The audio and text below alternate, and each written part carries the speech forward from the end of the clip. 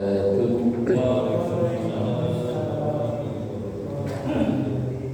رب بالمصطفى بلغ مقاصدنا واغفر لنا ما مضى يا واسع الكرم.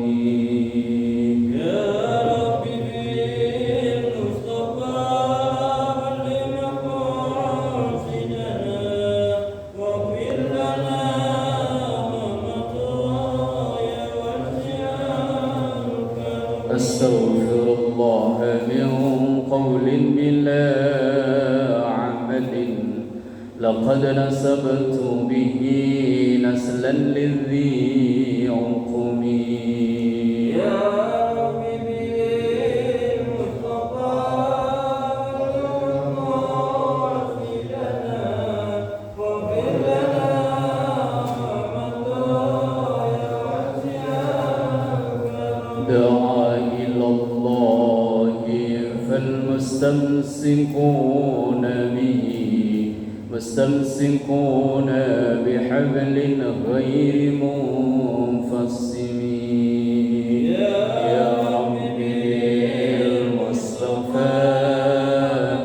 بلغ مقاصدنا واغفر لنا ما مضى يا واسع الكرم.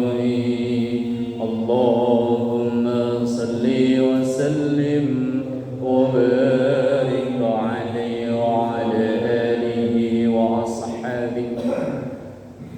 الحمد لله الذي أرسل أنبياء ذوي فطانة بالصدق والتبليغ والأمانة، ثم الصلاة والسلام على طه رسول الله، ثم الصلاة والسلام على ياسين حبيب الله وعلى آله وأصحابه ومن تبع رشده. سبحانك لا علم لنا إلا ما علمتنا إنك أنت العليم الحكيم. رب اشرح لي صدري ويسر لي أمري واحلل عقدة من لساني يفقه قولي واجعل لي وزيرا من أهلي. أما بعد. حضرة العلماء والغرماء وحضرة الجماعة musalla al-muhajirin, semoga kita semua selalu diberkahi, diridhoi dan dikaruniai sehat afiat, panjang umur dalam taat ibadah kepada Allah Subhanahu wa taala. Alhamdulillah, memuji dan bersyukur kepada Allah, dan kita awali kegiatan taklim malam ini dengan mendoakan kedua orang tua kita, kalau masih ada semoga selalu sehat afiat, yang telah tiada semoga ditempatkan di raudhah riyadil jannah. Kita doakan anak cucu keturunan kita dijadikan saleh salihah, keluarga sakinah mawaddah warahmah, rezeki yang halal dan barakah. Kita doakan kalau ada yang sakit, jamaah kita, keluarga kita atau warga kita saat ini yang sakit, kita doakan semoga penyakitnya segera diangkat oleh Allah, dikaruniai sehat afiat. Ala hadziniyah wa ila hadratin nabiyil mustafa Muhammadin sallallahu alaihi wasallam. Syai'lillahi lahum al-fatihah. A'udzu billahi minasy syaithanir rajim. Bismillahir rahmanir rahim.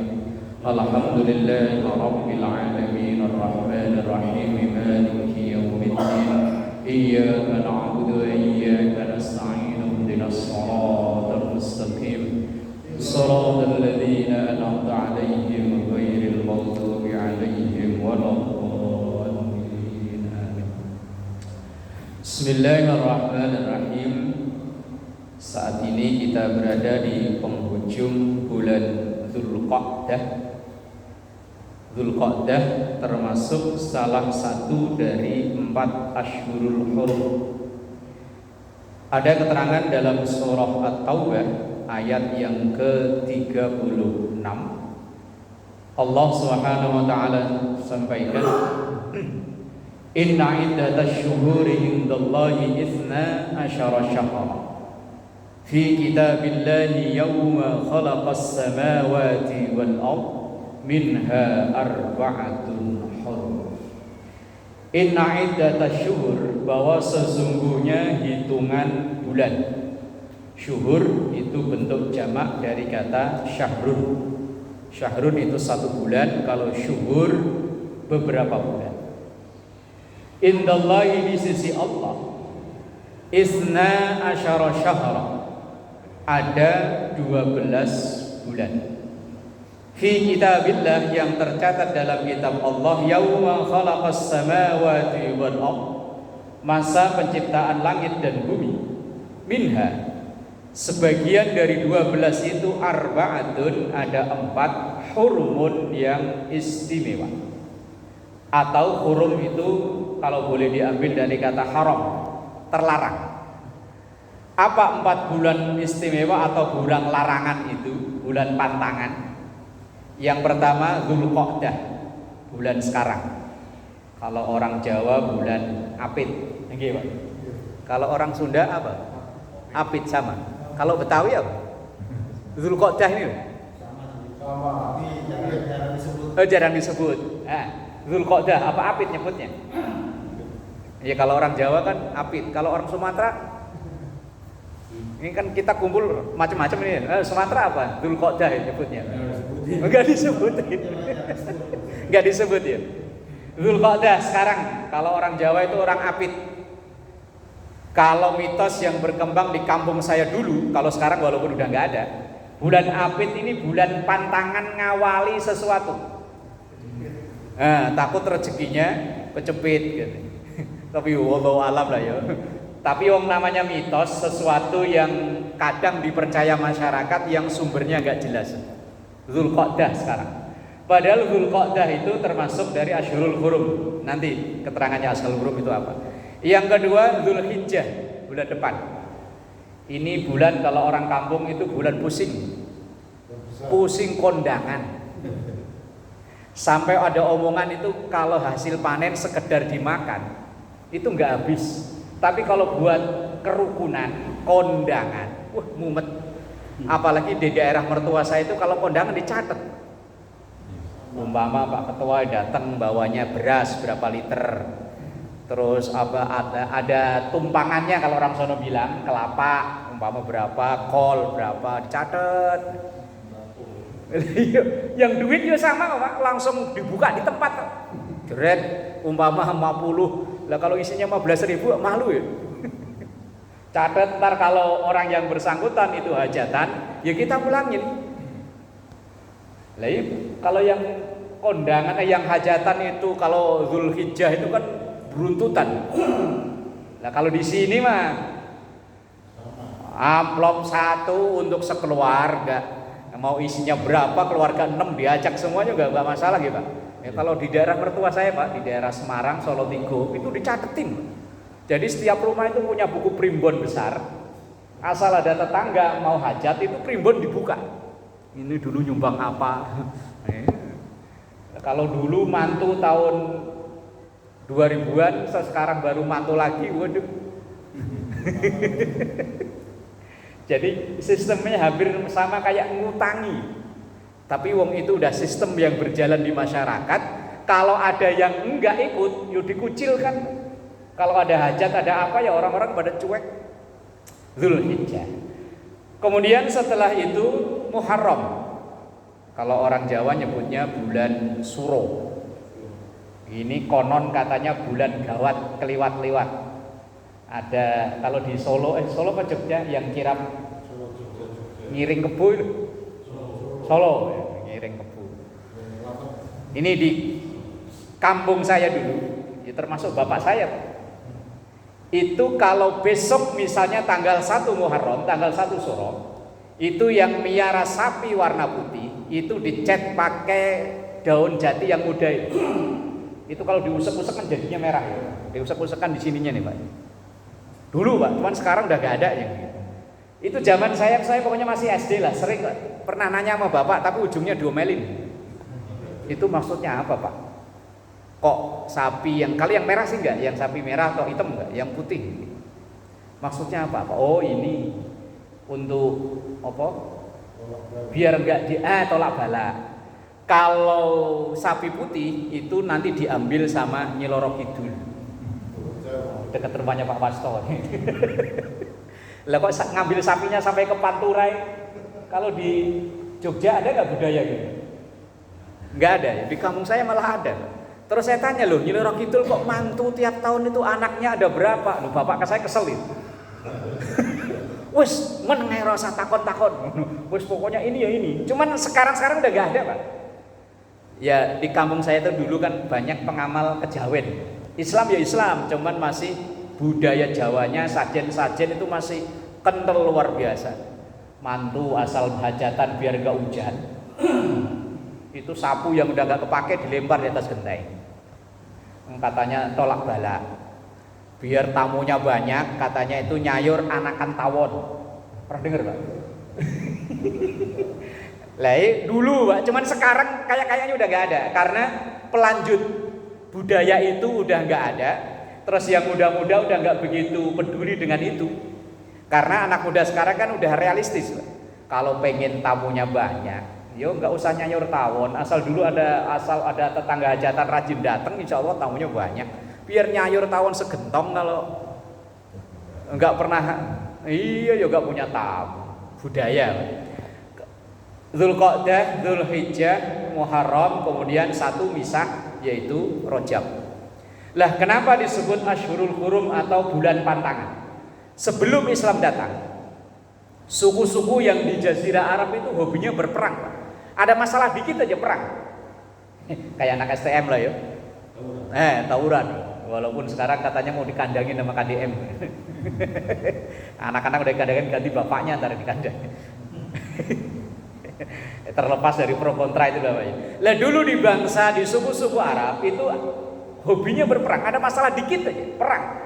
Tapi mereka punya budaya di 4 bulan ini pantangan untuk perang. Terus pokoknya gencatan senjata otomatis disepakati oleh semua suku-suku yang ada di Jazirah Arab.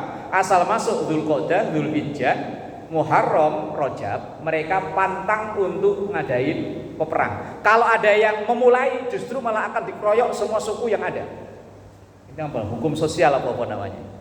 Nah itu yang terjadi di bangsa Arab. Maka ada keterangan dalam kitab I'anatul Talibin, syarah dari kitab Fathul Mu'in, bahwa Asyhurul Hurum 4 bulan itu disebut bulan hurum, bulan haram, bulan pantangan, karena itu tadi bangsa-bangsa Arab yang punya budaya berperang antara satu suku dengan suku yang lainnya, tapi asal masuk 4 bulan ini mereka gencatan senjata secara otomatis, pantangan untuk menumpahkan darah.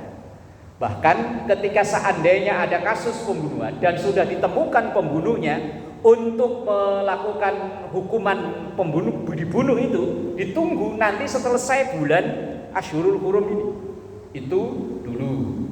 Sekarang bangsa Arab yang di Palestina ya mau Asyhurul Hurum mau apa ya tetap bleng aja. Luar biasa kejemnya malah. Nah itu Asyhurul Hurum itu tadi. Nah kemudian ada keterangan dari Syekh Utsman Al-Khawbawi bahwa ada 3 macam 10 hari dari masing-masing bulan, dari bulan-bulan berbeda yang dipilih oleh Allah Subhanahu wa taala. Yang pertama, 10 hari terakhir di bulan Ramadan. Karena di situ ada Lailatul Qadar. Ini yang paling istimewa. Kemudian yang kedua, 10 hari pertama di bulan Dzulhijjah, bulan haji. Jadi dari tanggal 1 nanti jatuhnya ke hari apa ya? Tanggal 1 Dzulhijjah. Jumat, tanggal 1 loh. Iya kan, kalau tanggal 6 itu kan 10 Dzulhijjah, berarti kan tinggal hitung mundur kan. Sekarang kayaknya tanggal 27 atau 28. Berarti Rebo ya. Nah, Rebo itu masuk tanggal 1 Dzulhijjah. Ini hari istimewa karena dalam 10 hari ini ada banyak peristiwa besar. Kemudian 10 hari yang pertama yang dipilih oleh Allah adalah Muharram. 10 hari di awal Muharram dari tanggal 1 sampai tanggal 10 Muharram. Masing-masing dari 10 hari yang terpilih itu tadi ada momen-momen besar, ada peristiwa-peristiwa besar yang terjadi sehingga 10 hari dari 3 macam 10 itu diistimewakan oleh Allah Subhanahu wa taala. Yang 10 hari pertama di bulan Ramadan enggak kita bahas, kita lewatin. Yang kita bahas adalah 10 hari pertama di bulan Dzulhijjah. Insyaallah mulainya Rabu, benar ya Pak Ketua ya, Rabu. Kalau Idul Adha-nya Jumat kalau nggak salah ya. Kecuali nanti ada perubahan ya wallahu alam ya. Biasanya di Indonesia ya begitu ya. Ya kita ikutin aja lah. Kita ikutin aja lah pokoknya. Kalau ada hadis Nabi kan, inna ummati la tajtami'u ala dhalalatin fa idza ra'aitum ikhtilafan fa 'alaikum bis-sawadil aqdam. Bahwa umatku, kata Rasulullah, enggak mungkin bersepakat dalam kesalahan. Maka apabila kita menyaksikan perbedaan, maka ambillah yang sawadul aqdam. Sawadul aqdam itu mayoritas. Mayoritas yang ada, yang kita ada di situ. Lah karena kita tinggal di Indonesia, ya kita ikuti mayoritas yang di Indonesia. Ya kita yang ikuti yang disampaikan oleh Kementerian Agama, karena di situ ada NU, ada Al-Wasliyah, ada Nahdlatul Wathon, ada Persis, ada macam-macam. Kalau nanti seandainya berbeda, moga-moga enggak lah ya. Tapi kalau berbeda ya udah biasa, udah sering. Bismillahirrahmanirrahim. Kemudian apa yang istimewa di bulan atau di tanggal 1 sampai 10 Dzulhijjah? Ada hadis dari sahabat Abdullah bin Abbas. Hadis ini cukup populer karena banyak dikutip dalam kitab-kitab hadis, di antaranya kitab Riyadhus Shalihin juga ada. Rasulullah sampaikan, "Ma min ayyamin al-'amalus shalihu fiha ahabbu ilallahi ta'ala min hadhil ayyam." Tidak ada amal yang lebih dicintai oleh Allah dibanding dengan hari-hari ini. Hari ini tuh maksudnya 10 hari pertama di bulan Dzulhijjah. Mulai dari hari Rabu sampai nanti tanggal 10. Qalu walal jihadu fi sabilillah. Kemudian para sahabat bertanya, bagaimana kalau dibanding dengan jihad? Jihad kalau zaman itu ya konotasinya perang. Kalau zaman sekarang, kalau kita di sini di Indonesia ya enggak. Tapi kalau mungkin saudara kita yang di Palestina ya iya. Nah, jihad kalau di sini ya enggak. Konotasinya bukan perang. Qala walal jihadu fi sabilillah. Tidak juga dibanding dengan jihad. Artinya 10 hari itu istimewa, benar-benar istimewa. Illa kecuali kata Rasulullah, rajulun kharaja bi nafsihi. Seseorang yang keluar dengan membawa jiwanya, wa malihi dan hartanya. Falam yarji' bidzalik, dan ia tidak pulang lagi membawa jiwa dan hartanya, alias mati syahid. Itu dulu konotasinya perang, kalau sekarang ya tidak. Lah kemudian lalu apa yang istimewa di bulan Dzulhijjah selain yang disampaikan oleh Rasulullah dalam hadis dari Abdullah bin Abbas ini? Ada apa di situ? Karena di situ ada peristiwa besar, yaitu yang pertama yang sangat diidolakan oleh mayoritas umat Islam Indonesia, sholat hari raya Idul Adha. Dan sholat hari raya Idul Adha itu statusnya lebih tinggi daripada sholat Idul Fitri. Cuma masyarakat kita Indonesia lebih nyesel ketinggalan Idul Fitri daripada Idul Adha. Saya itu pernah diomelin orang sekampung gara-gara saya nyari khotib Idul Fitri, nggak datang khotibnya. Wah, akhirnya kan begitu saya datang itu kan diomelin, gimana nih Pak Ustadz nyari khotib nggak datang? Ada satu bapak-bapak yang berhentiin saya lagi jalan, Ustadz, tadi pagi giliran saya mau sholat malah imamnya nggak datang. Lah saat itu kebetulan hari raya itu Jumat, ya kayak nanti. Saya bilang, Pak, lentar siang kan masih ada Jumatan. Ah enggak, saya kalau Jumatan mah udah sering. Seminggu sekali ada. Kalau sholat Id kan jarang-jarang, Pak. Waduh. Ya. Yes, ngomong orang awam ya, boleh ya. Idul Adha itu statusnya lebih tinggi daripada Idul Fitri karena Idul Adha itu langsung tertuang dalam Quran, sementara Idul Fitri enggak. Dalam surat yang paling favorit kita baca itu Al-Kautsar. Itu surat terpendek, tapi tafsirannya begitu panjang luar biasa. Imam Al-Qurtubi memaknai Al-Kautsar itu dengan 16 makna. Inna a'tainakal kautsar fasalli li rabbika wanhar inna syani'aka huwal abtar. Inna a'taina, inna sesungguhnya kami, a'taina telah kami memberi ka itu engkau itu yang dimaksud Rasulullah. Tekstualnya yang dituju adalah Rasulullah, tapi kontekstualnya ya semuanya. Al-Kautsar, Kautsar itu dimaknainya macam-macam. Kautsar itu, ini saya kutipkan dari Imam Al-Qurtubi, ada yang dimaknai telaga yang adanya di surga, yang orang sekali minum gak akan haus untuk selama-lamanya. Kautsar itu dimaknai Al-Quran. Kautsar itu dimaknai nikmat yang gak terhitung jumlahnya. Lah kemudian karena kita dikaruniai nikmat yang gak terhitung itu, wa in ta'uddu ni'matallahi la tuhsuha. Kita kalau mau ngitung-ngitung nikmat gak bakalan mungkin bisa. Yang ada dalam tubuh kita ini, yang kita anggap aib aja itu aslinya nikmat ya Pak.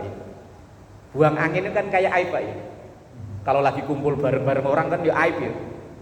Tapi itu nikmat. Saya pernah dengar cerita orang, ia dirawat di rumah sakit gara-gara iya. Dulu kan belum ada BPJS kan. Katanya sampai bayar sekian puluh juta gara-gara susah buang angin. Walaupun itu kelihatannya aib, tapi ternyata nikmat. Kalau baru keluar yo plong. Lah untuk mensyukuri nikmat itu fasalli maka salatlah. Li rabbika hanya untuk Tuhanmu, wanhar kemudian potong hewan kurban. Lah salat yang diiringi dengan memotong hewan kurban yaitu salat Idul Adha. Nah, maka dalam surat Al-Kautsar ayat yang kedua itu salat lafaz fasalli maka salatlah, mayoritas jumhur ulama memaknai adalah salat Idul Adha. Karena ini langsung tertuang dalam Al-Qur'an, maka sholat Idul Adha itu afdolnya lebih afdol, derajatnya lebih tinggi daripada Idul Fitri. Cuman ya masyarakat kita itu antusiasnya lebih ke Idul Fitri. Ya mungkin karena habis dapat THR ya, baju baru, gamis baru, peci baru, sejadah baru. Kalau Idul Adha ada THR nggak ya? Yang karyawannya ada nggak ya? Tunjangan hari raya Idul Adha ada nggak? Nggak ada ya? Oh, iya. Ntar kalau saya jadi presiden saya ada ini. Oh ya sama-sama hari raya kalau Idul Adha nggak ada ya? Oh ya kirain ada gitu. Cuman Idul Fitri ada ya? Wah. Nah surat ini pun turunnya surat Al-Kautsar itu asbabun nuzulnya, sebab-sebab turunnya. Quran yang 30 juz, 114 surat, 6000 sekian ayat itu mayoritas turun ada penyebabnya. Ya samalah kayak undang-undang yang ada di negara kita itu kan sampai dibikin undang-undang biasanya ada kasus. Ada kasus tertentu kemudian bikin peraturan. Lah Qurannya begitu. Surah Al-Kautsar itu turun, Rasulullah itu dulu sering dibully dengan bahasa abtar. Abtar itu bahasa untuk membuli orang yang kepala rumah tangga kayak kita ini, laki-laki, suami yang gak punya anak laki-laki atau punya anak laki-laki tapi meninggal belum sampai di usia dewasa. Lah Rasulullah itu 3 putranya laki-laki semua meninggal masih balita. Qasim, Abdullah, Ibrahim. Lah semuanya ini meninggal masih balita. Lah kemudian satu hari ketika Rasulullah lewat, ini ada beberapa tokoh-tokoh Quraisy yang lagi ngegosip. Jadi ngegosip itu bukan hanya mak-mak, bapak-bapak tokoh Quraisy dulu ya, hobi ngegosip juga. Yang saat itu yang gosip itu ada namanya As bin Wa'il, ada Walid bin Mughirah. Lah dua orang ini awalnya ngomongnya kalau bahasa kita kalau diterjemahkan begini. Itu yang lewat siapa tadi itu? Oh itu si Abtar. Abtar itu ditujukan ke Rasulullah. Lah kemudian julukan ini banyak ditiru oleh orang-orang. Lah kayak di Indonesia persis Pak ya. Umpama kita ini banyak tahu orang bukan namanya Pak. Karena mungkin mohon maaf ya orangnya tinggi. Siapa sih si Jangkung? Nah, akhirnya terkenal orang-orang manggilnya Jangkung. Oh namanya siapa? Enggak tahu. Kadang mie ayam apa bakso terkenalnya Pak Kumis. Mentang-mentang yang jualan kumisan ya. Namanya siapa ya enggak tahu. Beli di mana? Pak Kumis. Oh, namanya siapa? Tahu. Lah, julukan Abtar itu dulu membumi di Mekah saat itu, Pak. Tapi ditujukan ke Rasulullah. Dengan konotasi Abtar itu orang yang putus keturunannya. Karena yang dianggap keturunan secara sah itu dari garis laki-laki. Kalau perempuan itu enggak dianggap. Nah, dari sisi kemanusiaannya Rasulullah kalau dibully kan ya kerasa juga. Kok dipanggil Abtar mulu. Nah, ketika itulah kemudian turun ayat inna a'tainakal kautsar fasholli li rabbika wanhar inna syani'aka huwal abtar. Kalau dari sisi asbabun nuzul penekanannya malah justru di ayat yang ketiga. Inna syani'aka, bahwa sesungguhnya orang-orang yang terlibat pertama kali membulimu itu maksudnya Rasulullah yang membuli Rasulullah, huwa dialah al-abtar yang terputus keturunannya. Kalau bahasa orang Jawa itu gedeng-gedeng nyanding, poyok-poyok nemplok. Kalau orang Jakarta ya apa ya? Kalau kita nggak seneng sama orang, lah justru yang nggak seneng ini malah akhirnya kena ke kita itu. Apa itu namanya? Kalau bahasa di sini, kena karma ya. Kena tulak ya. Tapi memang bener Pak. Ini saya ngalami sendiri Pak. Saya itu mohon maaf ya kalau ada yang hobi pakai gamis. Saya itu punya teman orangnya gede tinggi. Hobinya tiap harinya pakai gamis karena kalau pakai baju begini agak repot Pak. Lah tiap hari saya ledekin mak-mak komplek. Ya karena teman akrab kan biasa, mak-mak komplek pakai gamis mulu. Ini mah bukan gamis mau daftar. Saya waktu umroh bulan Januari, indilalah koper yang kecil yang isinya baju koko sama sarung. Power banknya masuk ke dalam, jadi nggak bisa ke bawah, balik pulang. Akhirnya di tas yang koper yang gede, isinya baju ihram sama baju gamis yang beliin tetangga. Kata dia, Pak, tolong dibawa ya Pak, walaupun saya nggak pernah lihat Bapak pakai gamis, sudahlah bawa deh Pak. Ya udah saya bawa. Akhirnya malah itu yang kepake Pak. Akhirnya pertama kali saya pakai gamis waktu di hotel itu, ya Allah, saya sering ngeledekin orang, akhirnya saya pakai sendiri. Ini kan apa namanya? Ketulak ya kalau bahasa orang sini ya. Nah, itu gedeng-gedeng nyandingnya itu, poyok-poyok, nemplok. Yang kita keselin itu akhirnya malah nempel ke kita. Nah, bulian itu juga sama. Orang-orang yang pertama kali membuli Rasulullah dengan bulian Abtar itu, akhirnya julukan itu malah kembali ke orang yang bully itu. Makanya kadang kalau orang nuding itu kan begini Pak ya, mohon maaf Pak ya, begini ya. Satu ke sono, tapi kan sisanya kembali ke sini Pak. Kamu pelit, berarti sono pelitnya level 1. Sini level berapa ini? Ayo, berarti orang yang nuding, orang yang nuduh itu aslinya dia malah levelnya lebih tinggi. Nah, terbukti ketika sekian tahun perjalanannya, anak-anak orang yang terlibat membuli Rasulullah itu, ya secara fisik mereka masih hidup, tapi semuanya tidak ada yang meneruskan bapaknya, justru malah melawan dan membela Rasulullah Sallallahu Alaihi Wasallam. Tadi ada namanya As bin Wa'il. As bin Wa'il itu orang yang tokoh utama, orang yang ngasih nama Abtar. Anak-anaknya justru malah semuanya masuk Islam. Dan yang paling terkenal ada namanya Amr bin As, gubernur Mesir yang pertama yang membangun Mesir, yang akhirnya berkonflik dengan Umar bin Khattab. Amr bin As itu anaknya As bin Wa'il. Itu seorang yang kalau sekarang apa ya, diplomat ya, yang biasa disuruh untuk nego dengan negara luar. Nah itu As bin Wa'il. Amr bin As anaknya As bin Wa'il. Kemudian Walid bin Mughirah yang teman ngobrolnya itu tadi punya anak laki-laki yang justru akhirnya masuk Islam, namanya Khalid bin Walid.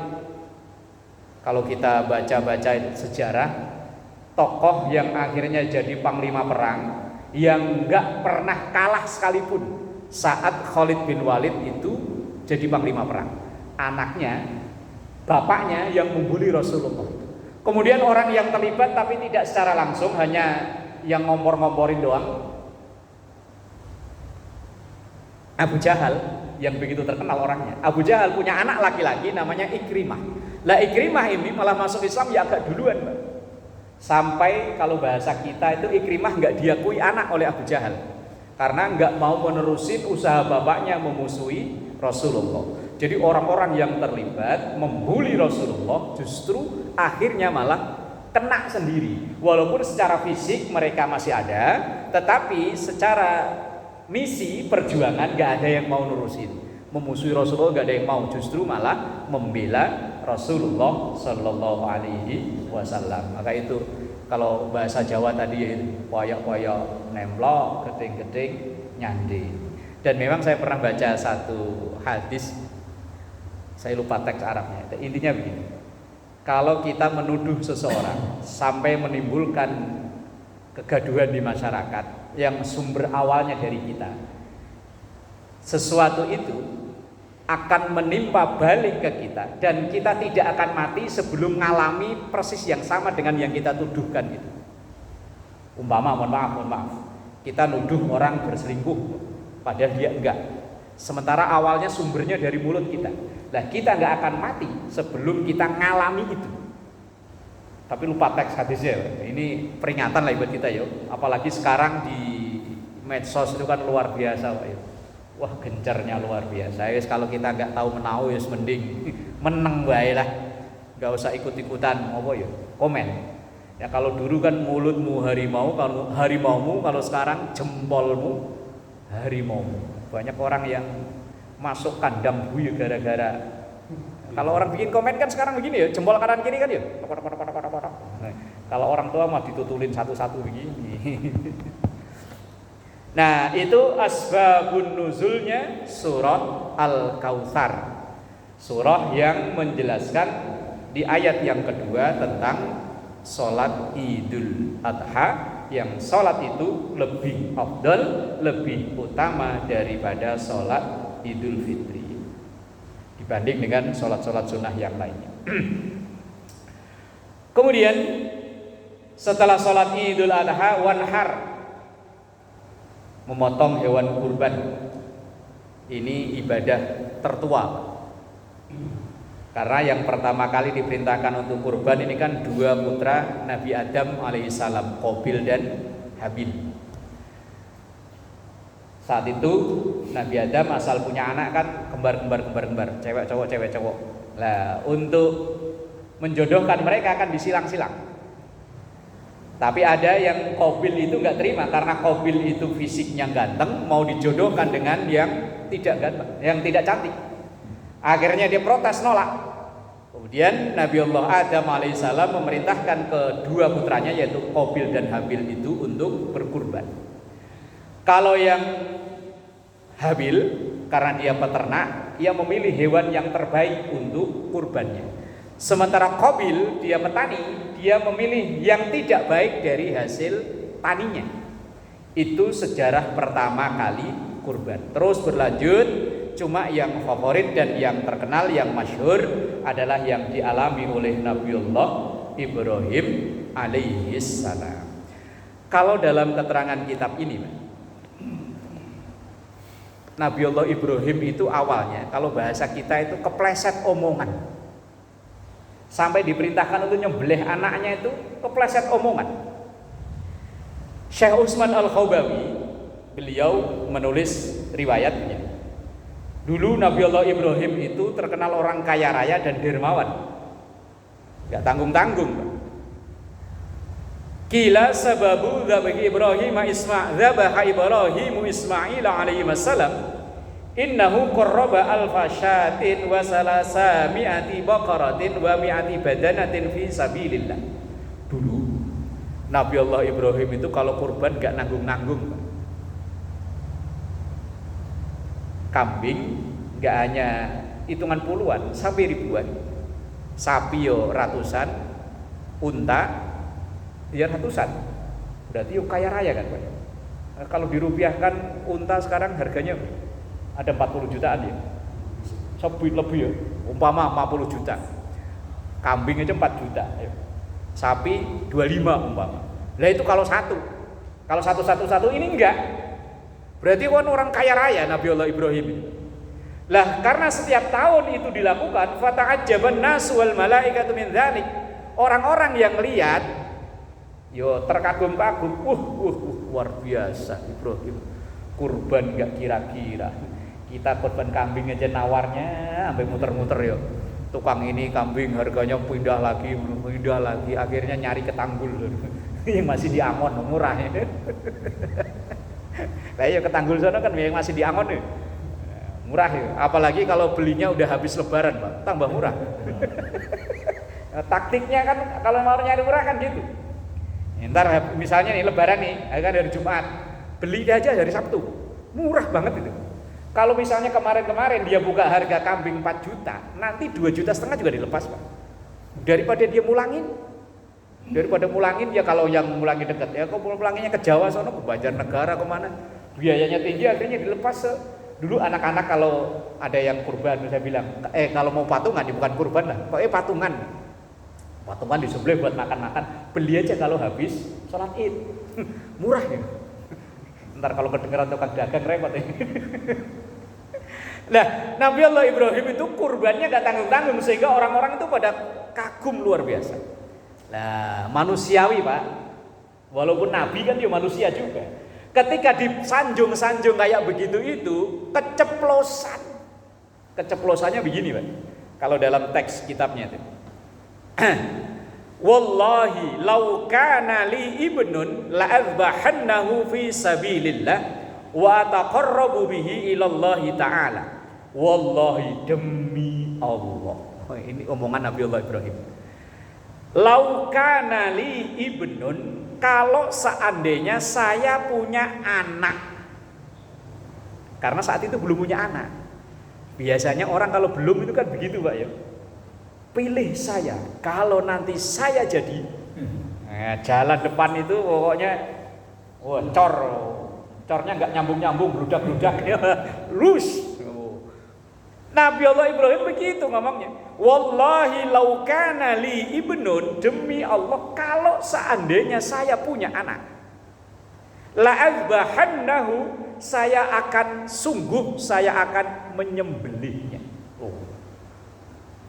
Itu keceplosan omongannya di situ, Pak. Nah, biasanya kalau ada calon-calon itu kalau diwawancara, Pak, nanti kalau jadi rencananya gimana? Nanti Pak, nanti 5 tahun kurang ya 10 tahun, 10 tahun kurang ya minta ketiga, nanti.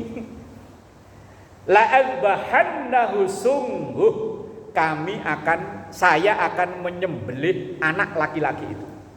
Fi sabilillah, di jalan Allah, wa taqarrabu bihi ilallah ta'ala, sebagai bentuk pendekatan atau taqarrub saya kepada Allah. Itu keceplosannya Nabiullah Ibrahim. Ya karena saat itu kan beliau itu menikah dengan yang pertama dengan Sarah, kan nggak punya anak Pak ya. Kalau solusi Nabi kalau nggak punya anak nikah lagi. Nah iya kan solusi Nabi Ibrahim begitulah. Kalau kita kan adopsi ya. Mancing katanya, mancing. Lah begitu setelah sekian tahun Nabiullah Ibrahim akhirnya punya anak. Falamma balagha ma'ahu sa'ya. Itu kita baca dalam surah As-Saffat setelah surah Yasin. Itu ada surah As-Saffat, itu mengisahkan tentang Nabiullah Ibrahim yang akan menyembelih anaknya sampai akhirnya dibatalkan, diganti dengan seekor kambing itu. Maka falamma balagha ma'hu sa'ya qala ya bunayya inni ara fil manami anni azbahuka fanzur madza tara. Itu teks Qur'annya begitu. Ketika Ismail itu balagha ma'hu sa'ya, kali lagi usia lucu-lucunya. Cuma di situ memang tidak tercatat usia berapa, enggak ada, Pak. Tapi usia lagi lucu-lucunya. Ya kalau sekarang mungkin anak-anak 4 tahun, 5 tahun itu ya, kan lagi gemes-gemesin ya anak segitu. Mau dia mau salah apa juga enggak diomelin kan dia. Lagi seneng-senengnya. Lah ketika Ismail lagi usianya segitu itu tuh, nah baru Nabi Allah Ibrahim diingatkan oleh Allah dengan omongannya yang dulu.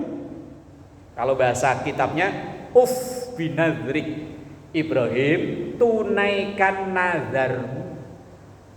Awalnya ya agak bingung, nazar yang mana ya? Biasa Pak, Nabi Ibrahim ya manusia Pak. Nah, kalau janji dulu, janji yang mana ya? Wih. Akhirnya kemudian, makanya di tanggal 8 disebut Tarwiyah, tanggal 9 disebut Arafah, tanggal 10 disebut Udhiyah.